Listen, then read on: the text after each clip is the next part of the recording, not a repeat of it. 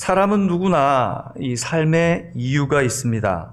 그것을 목적, 계획 또는 가치관, 무엇이라고 부르든 누구도 예외 없이 이 어떤 것이든 이유를 쫓아 살아가게 됩니다. 그리고 한 사람이 살아가는 그 삶의 이유는 삶의 모든 영역에 영향을 미치게 됩니다. 제가 즐겨보는 방송 중에 금쪽 같은 내 새끼라고 하는 방송이 있습니다. 내가 그걸 보면서 저한테도 적용이 되고, 그리고 저희 아이들한테 적용이 되고, 그리고 목회하다 보면 이게 인간을 이해하는 데 도움이 돼요. 그래서 제가 보면서 참 저도 반성을 많이 한번 보게 되는데, 그 아이들이 이 게임에 중독이 되어서 게임이 자신의 삶의 중심이 되면 모든 게 그 삶의 이유가 게임입니다. 공부를 왜 하냐? 숙제를 왜 하냐? 빨리 끝내고 게임을 해야 되니까. 밥을 먹을 때 왜 먹으러 가냐? 빨리 끝내고 게임을 해야 되니까 밥을 집에서 빨리 먹고 갑니다. 그러면 엄마 아빠가 무슨 일을 시키면 해야 되는데 왜 하냐? 빨리 하고 게임을 해야 되니까. 모든 것이 중심이 게임이에요, 게임. 게임 아니. 그러다가 게임을 손에서 뺐으면 게임기를 뺐으면 어떻게 될까요? 부모님들 안 계신가요? 난리가 나죠. 난리가 나죠. 어른들은 어떻습니까? 나의 취미 생활이 내 삶의 이유가 되시는 분들이 있습니다. 그래서 그걸 하기 위해서 나머지 생활들을 다 조절합니다. 믿음이 약해지고 은혜가 떨어지면 그것 때문에 예배도 조절하고 기도도 조절하고 말씀도 조절합니다. 헌신도 조절합니다. 우리는 누구나 이런 삶의 이유가 있고 그 이유가 내 삶에 영향을 미쳐 살아가는 인생들입니다.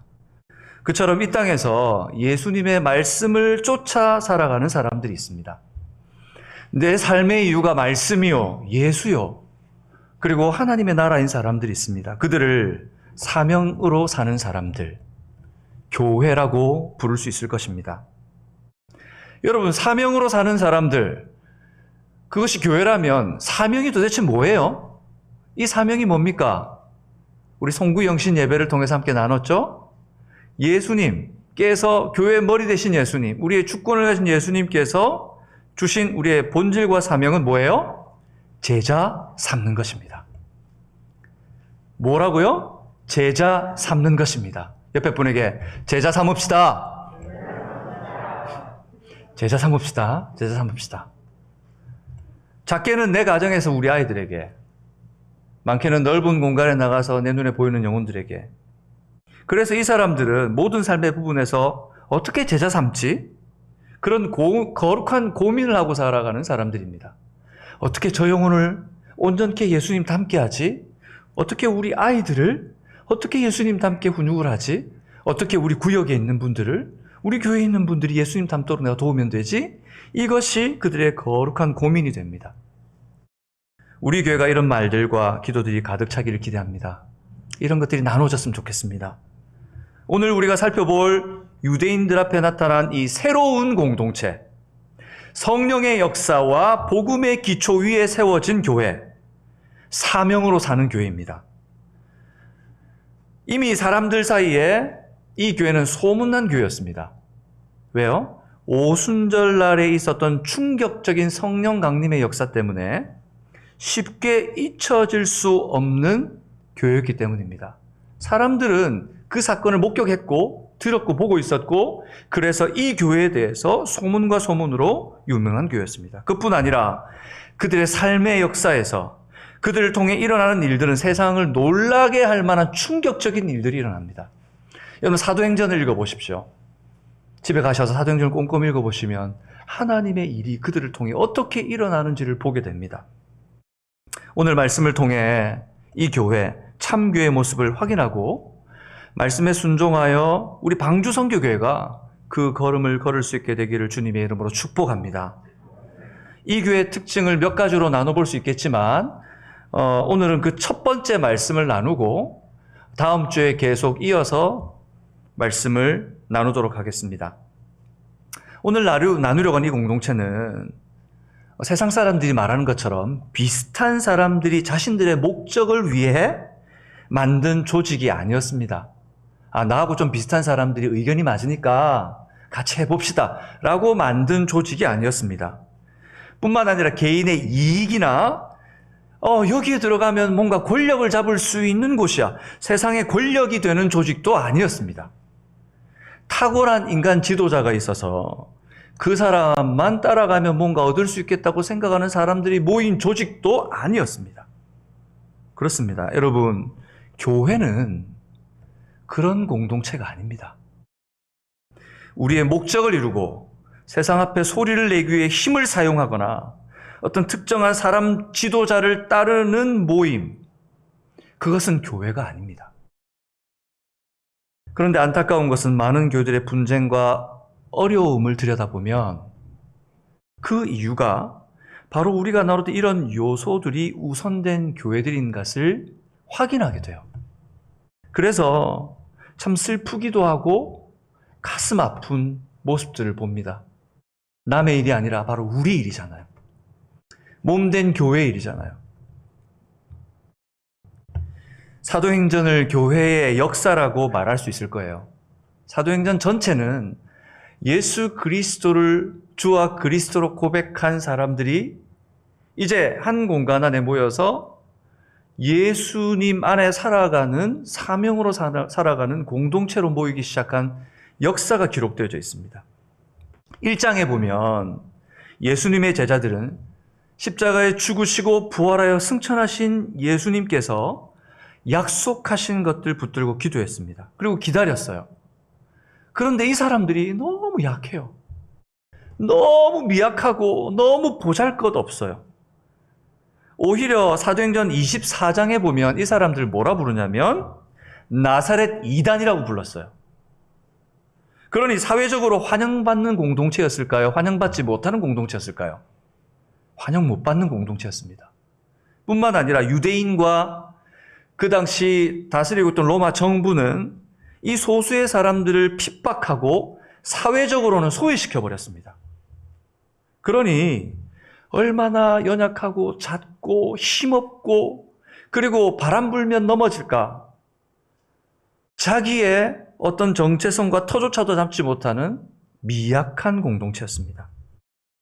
그런데 사도행전 2장, 유대인들의 절기인 오순절, 유대인들에게 꼭 지켜야 될 3대 절기가 있는데 그 중에 바로 오순절이 그 절기 중에 하나였습니다. 그래서 흩어져 있는 디아스포라 유대인들은 이 절기 때 예루살렘으로 모이게 됩니다. 근데 바로 그날 세상의 상식을 뛰어넘는 일이 일어났습니다. 사도행전 1장 5절에 보면 예수님께서 제자들에게 약속을 했습니다. 내가 너희에게 몇 날이 못되어 성령으로 세례를 줄 것이다. 그리고 15절에 보니까, 여러분 15절 보시겠어요? 1장 15절입니다. 사도행전 1장 15절 같이 읽겠습니다. 시작. 모인 무리의 수가 몇 명이라고요? 120명. 약 120명이라고 하는 거 보니까 정확히는 알지 못하지만 그 사람들 120명 정도가 되는 사람들이 꽉 모인 공간에 모인 것 같아요.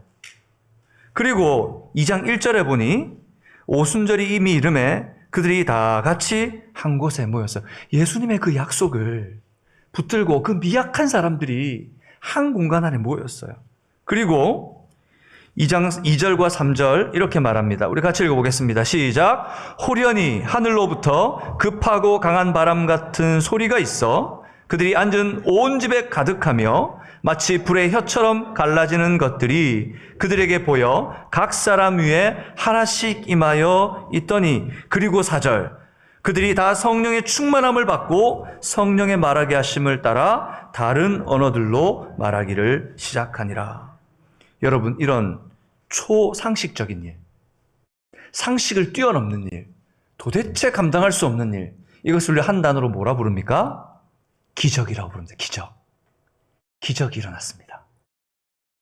성령의 역사가 우리의 눈과 우리의 귀와 우리의 공간을 가득 채우고 하나님께서 그들에게 바로 성령 강림의 역사를 이루셔서 예수님께서 말씀하신 약속이 120명의 사람들에게 불같이 바람같이 약속대로 성취되는 일이 바로 이 현장에서 일어난 것입니다. 아멘이십니까?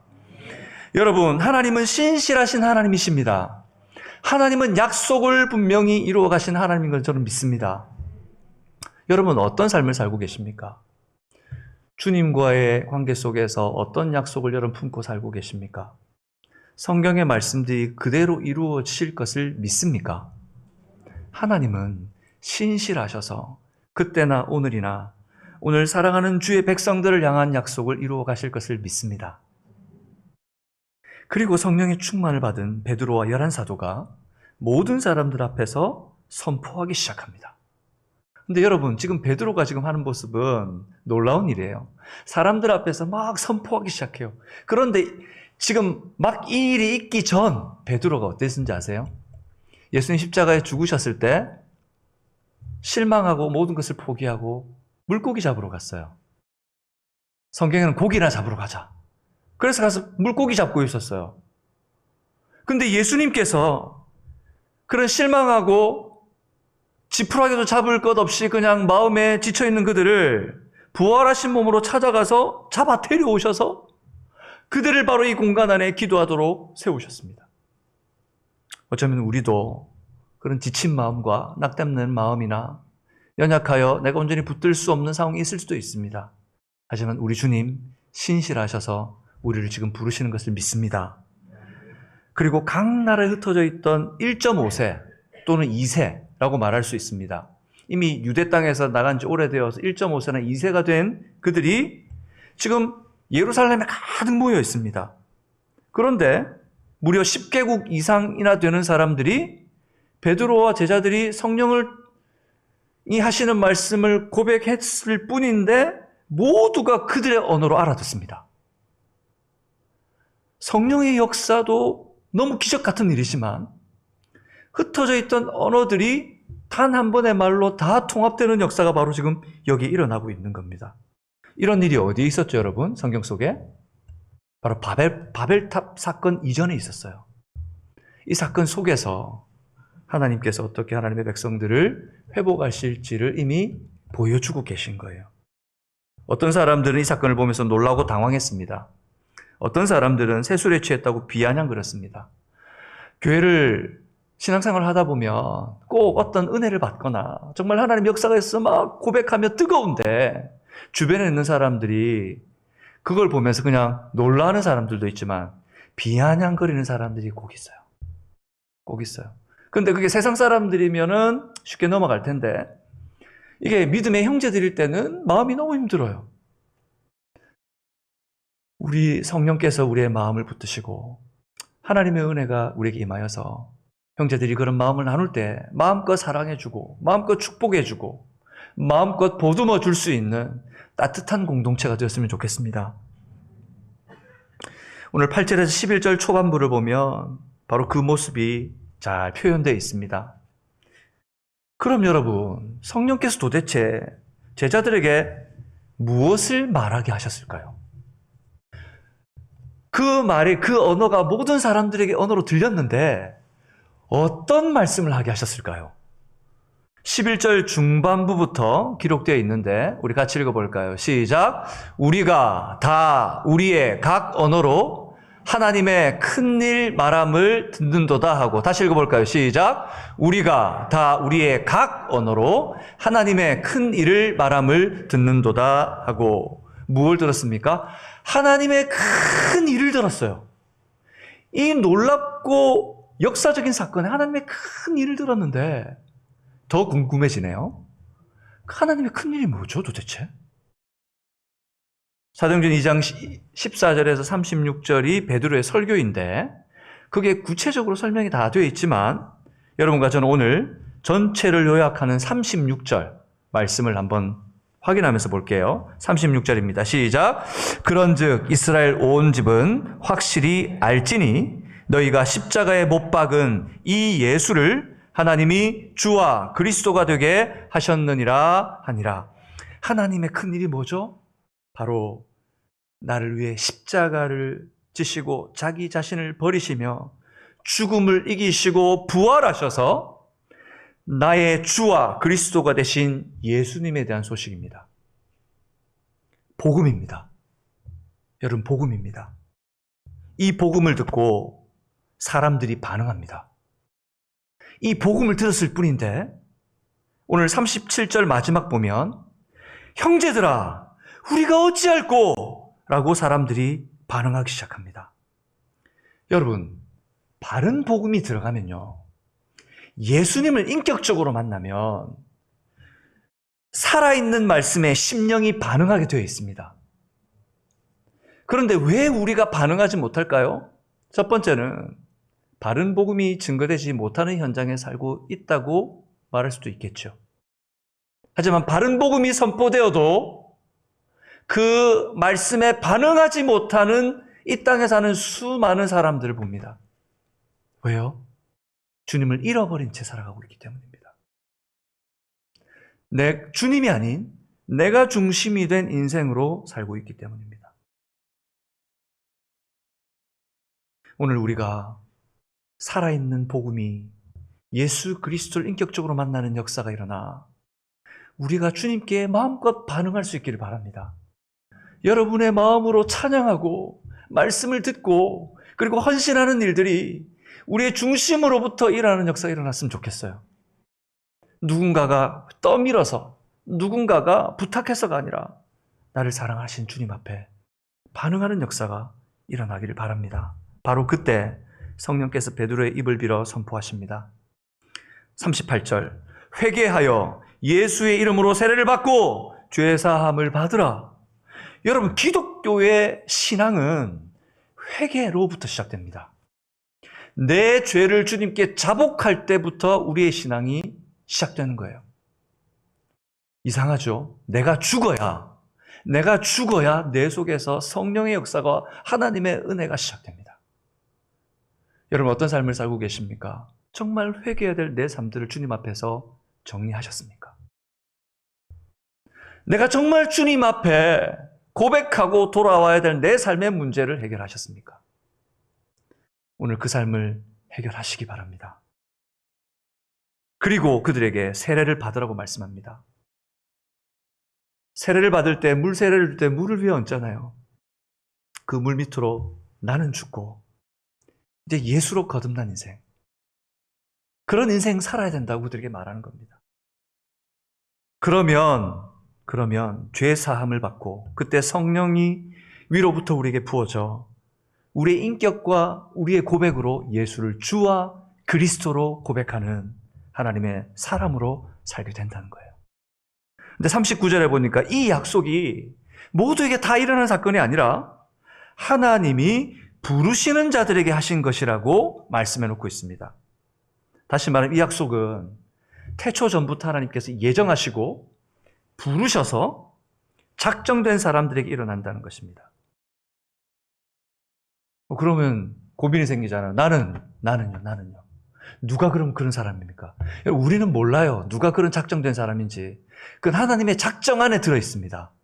그러니 우리는 때를 얻든지 못 얻든지 언제든지 누구에게든지 예수의 복음을 전하고 그들을 제자 삼는 사람들이 되어야 합니다. 오늘 주님께서는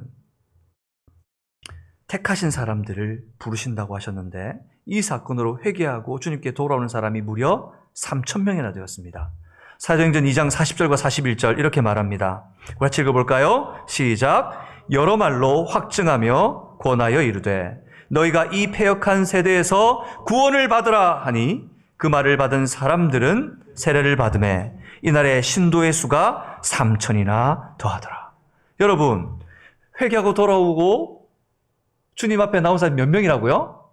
3,000명. 그때 유대인들은 사람의 계수를 할 때에 20세나 30세 그리고 이상의 50세, 60세까지의 남자 장정들만 계수를 해요.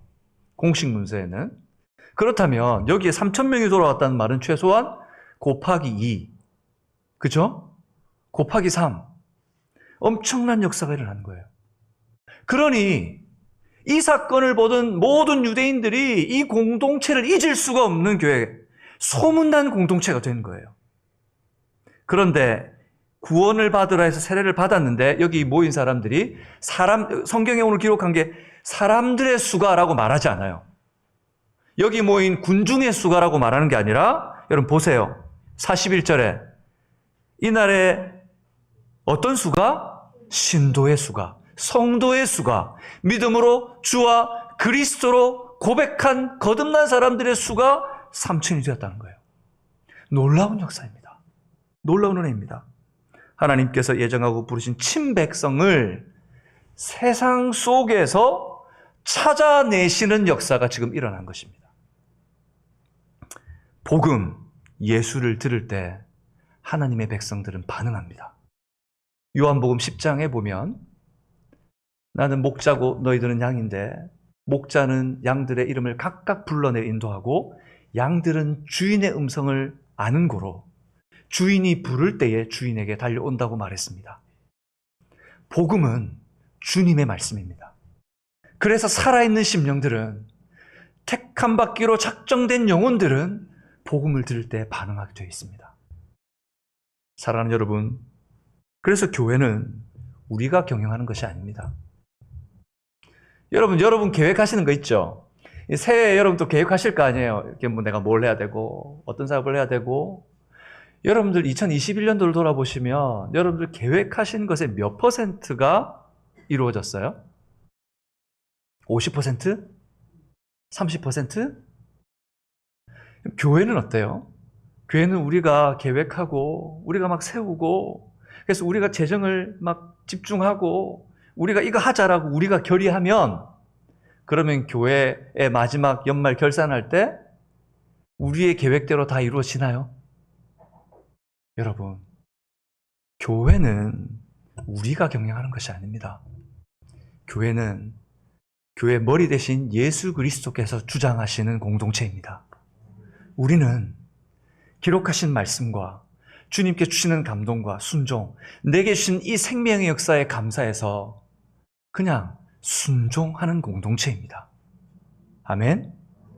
그 순종 위에 기름을 부으시고 기름을 부으셔서 일어나는 역사를 통해 세상이 놀라고 하나님이 살아계신 것을 알고 영광을 돌리는 공동체, 그것이 바로 교회입니다. 그리고 오늘 우리가 보고 있는 이 공동체를 우리는 초대교회라고 부릅니다. 최초의 교회, 하나님의 역사가 일어났던 사명이 살아있는 교회, 사명으로 사는 교회. 오늘 우리 방주선교교회 성도님들이 사명으로 살길 바라요. 옆에 분에게 이렇게 얘기합시다. 사명으로 삽시다. 사명으로 삽시다. 그런데 언제부턴가 교회와 성도가 직분에 익숙해져요. 나한테 이런 직분 주면, 나한테 이런 거 주시면, 내가 이렇게 세워주면 일하겠다고 합니다. 직분 중요하죠. 직분이 성경에서 아주 중요하게 장로와 집사와 목사를 세우라고 말하고 있으니까 무시하란 말이 아닙니다. 하지만 그보다 더, 사명보다 더 직분이 익숙해지고 사명이 아닌 직분이 본질이 된다면 그것은 교회의 방향이 틀어지게 됩니다. 하나님께서는 사명자를 찾으십니다. 그리고 그 사명자에게 그 일을 감당할 수 있도록 직분을 주시는 거예요.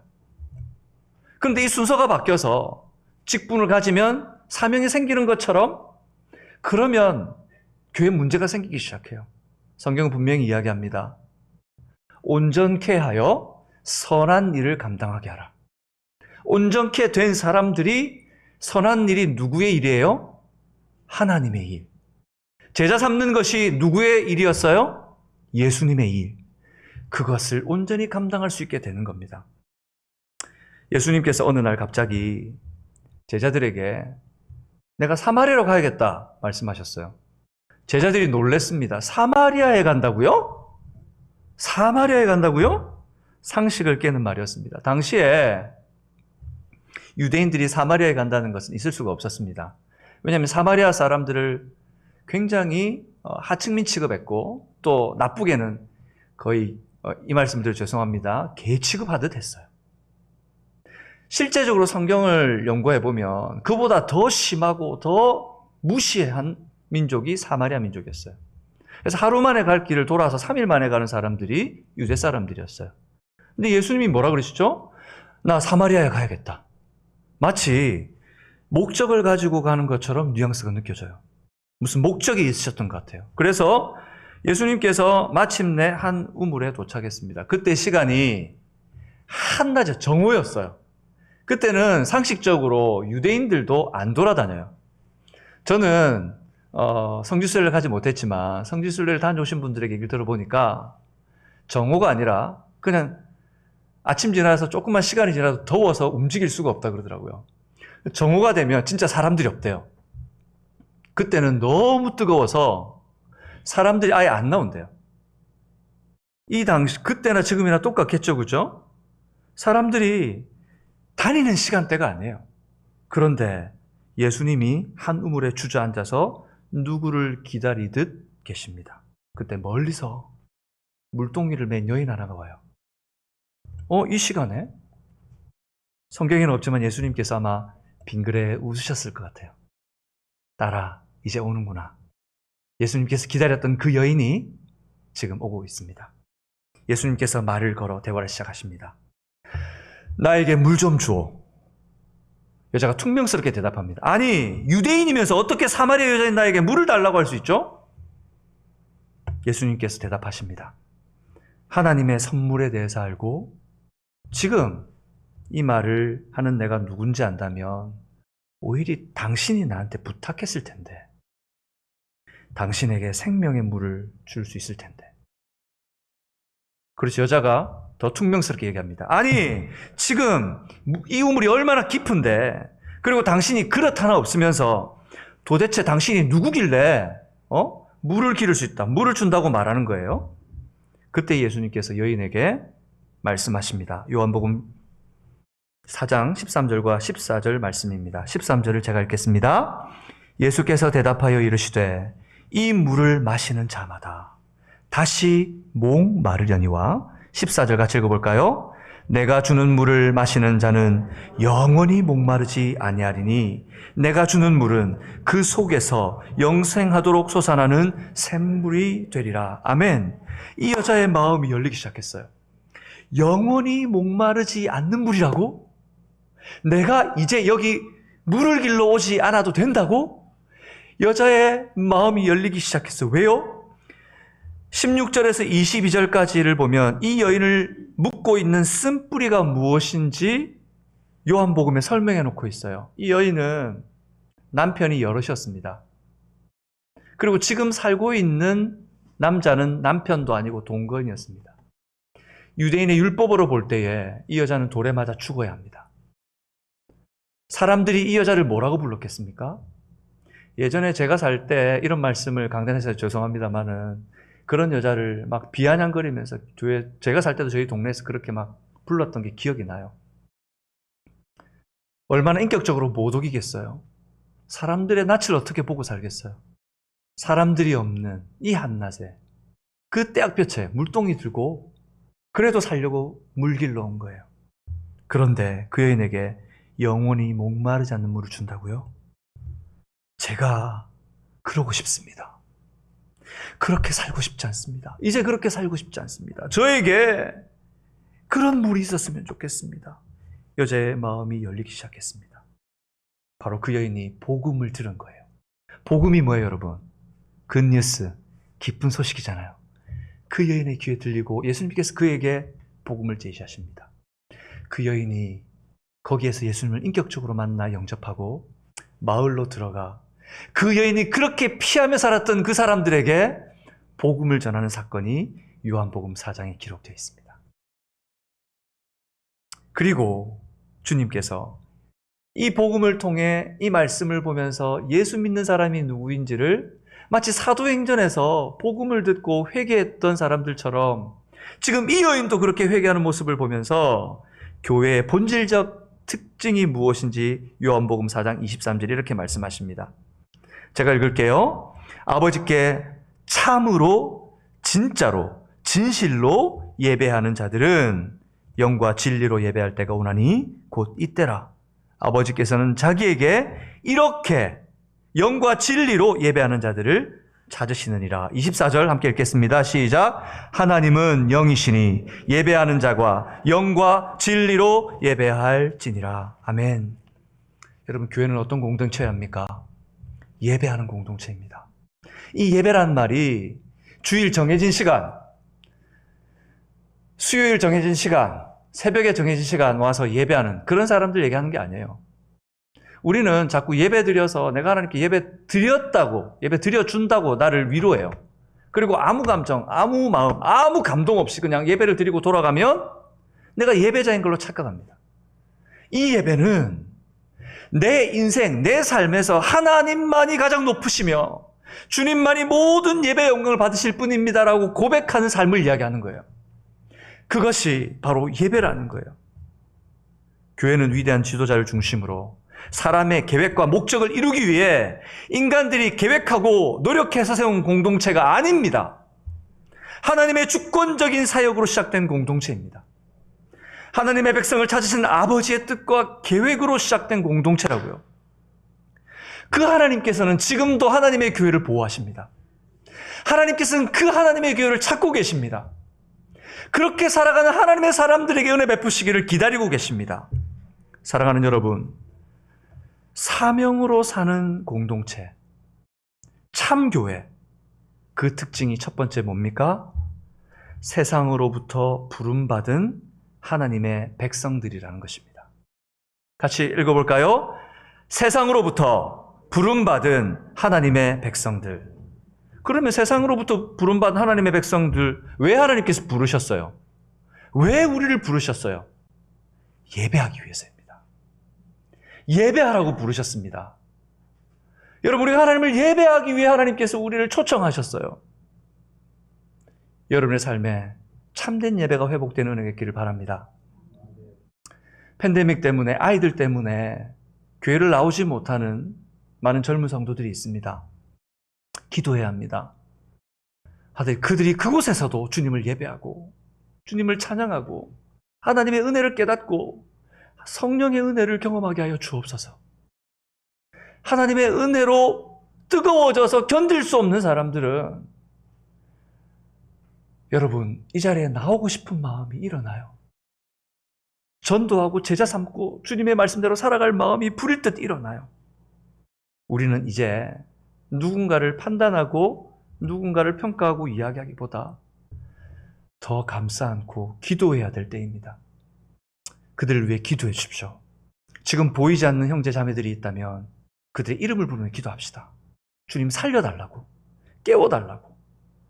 그때 하나님께서 그들의 삶 가운데 역사하시고 그렇게 기도하는 우리에게 은혜를 베푸실 줄 믿습니다. 46절과 47절 초두에 초대교회의 이런 모습에 대해서 성경은 이렇게 기록하고 있습니다. 초대교회가 어떤 모습이었을까요? 46절 같이 읽어볼까요? 시작. 날마다 마음을 같이하여 성전에 모이기를 힘쓰고 집에서 떡을 떼며 기쁨과 순전한 마음으로 음식을 먹고 하나님을 찬미하며. 공동체가 함께 모이는 예배, 이게 바로 공예배입니다. 공예배. 성전에 모이기를 힘쓰며 모든 이스라엘 공동체가 정해진 시간에 드리는 공예배. 그리고 집에서 떡을 떼며, 이게 뭐죠? 각자의 가정과 일터에서 내가 어느 순간 어느 때라도 하나님을 위해 하나님 기도하고 하나님을 예배하고 하나님을 찾는 시간, 바로 일상의 예배입니다. 이들은 모여서 예배 드리는 것으로 끝나는 사람들이 아니라 흩어져 일상의 삶에 나아가서 자기의 자리에서 하나님을 발견하고 찾아가는 사람들이었습니다. 언제 그렇게 살았습니까? 언제? 특정한 시간에? 아닙니다. 46절 처음에 언제요? 날마다, 날마다. Every day. 항상 나를 부르신 하나님의 사랑에 매일같이 가슴 뛰는 삶을 살았어요. 성경을 봐도, 예배를 드려도, 찬양을 드려도 그냥 묵묵하게 그냥 아무런 느낌 없이 살아가는 사람들이 아니라 날마다 주님의 사랑에 가슴 뛰는 사는 사람들. 예전에 내가 그렇게 살았는데, 예전에 나는 그런 은혜가 있었는데, 우리 교회 예전에 그랬었는데, 우리 구역 그랬었는데, 그게 아니라 예전의 은혜, 이전의 영광이 아니라 오늘 내게 주시는 하나님의 은혜를 먹고 사는 사람들, 그들이 바로 사명으로 사는 사람들이었습니다. 여러분, 이런 순박한 마음으로 예수님을 항상 기억하고 찬양하는 기쁨의 공동체, 그것이 우리 방주 성교회가 되기를 원합니다. 매일처럼 주시는 하나님의 은혜에 하나님 감사해요. 하나님 감사해요. 이전의 은혜가 기억나지 않을 하나님의 은혜를 내게 주옵소서. 그런 기쁨의 소망과 기도가 드려지길 바랍니다. 오늘 우리가 저와 여러분이 주님을 이렇게 예배하고 간절히 소망할 때 날마다 주님을 인격적으로 만나게 하시고 우리와 동행하시기를 소망합니다. 이것이 사명으로 사는 공동체입니다. 말씀을 맺겠습니다. 주 안에서 사랑하고 그리고 동역자 된 우리 사랑하는 방주선교회 성도 여러분, 제자 삼으라는 본질적 사명과 우리의 목적을 주님께서 허락하셨습니다. 그래서 누군가의 소리와 우리의 목적, 사람이 중심이 되는 그런 교회 만들어가지 맙시다. 사명으로 사는 교회가 되어야 될 줄로 믿습니다. 그래서 주님께 마음껏 예배했으면 좋겠어요. 왜요? 내가 죄로 말미암아 영원히 죽어야 될 인생 아니에요? 우리가 정말 이렇게 예배할 수 있는 사람이에요? 우리 그럴 수 없는 사람들이에요. 그런 나를 예수 그리스도를 통하여 죄에서 해방시켜 주시고 영원한 하나님의 나라를 허락하셔서 내가 이 세상을 떠나더라도 하나님께서 그 영광된 하나님의 살 수 있는 하나님의 백성으로 삼아 주셨잖아요. 여러분, 이것만으로도 우리는 주님을 사랑해야 되는 세상으로부터 불러내신 하나님의 백성들입니다. 이제 우리가 제자 삼는 교회, 사명으로 사는 교회를 살아가기를 원한다면 내가 누구인지, 교회가 무엇인지 여러분 아셔야 합니다. 첫 번째, 교회는 세상에서 불러내신 하나님의 백성들의 공동체입니다. 아멘. 그래서 우리는 예배하는 자들의 공동체가 되어야 합니다. 우리 예배 때마다 여러분 자유롭게 예배하세요. 마음껏 찬양하시고 손을 들고 찬양하시고 옆 사람 눈치 보지 마시고 주님께 마음껏 예배할 수 있으면 좋겠습니다. 아멘. 여러분, 하나님께 예배하는 이 시간 우리가 마음껏 주님의 은혜를 고백할 수 있으면 좋겠어요. 예배 때마다 하나님의 온전한 예배가 드려지고 치유와 회복이 일어났으면 좋겠습니다. 영아부터 시작하여서 유초등부까지 모든 우리 다음 세대 예배마다 하나님께서 기름 부어주시고 아이들이 비전과 꿈을 얻게 되고 우리 청년 공동체가 일어나게 되고 우리 EM 사역이 문화와 언어와 언어를 잇는 역사로 일어나게 되고 우리 1부 예배 오늘부터 드렸어요. 2부 예배가 드려질 때마다 정말 변화가 일어나고 하나님의 터치하심이 일어나는 그런 역사가 일어났으면 좋겠습니다. 이제 우리가 특별 새벽 기도에 예배를 드릴 거예요. 하나님께서 예수님과 함께 걸기 위해서 결단하는 그 시간마다 터치하시고 사람이 뒤집어지고 바뀌어지며 사명이 발견되고 하나님의 은혜가 일어나는 예배가 되었으면 좋겠습니다. 여러분, 그 일을 위해 우리가 하나님 삶의 현장에서 사명을 잃지 않고 살아가 주님만 바라볼 수 있는 복된 여러분 되시기를 주님의 이름으로 축복합니다. 아멘. 이 시간 말씀을 생각하면서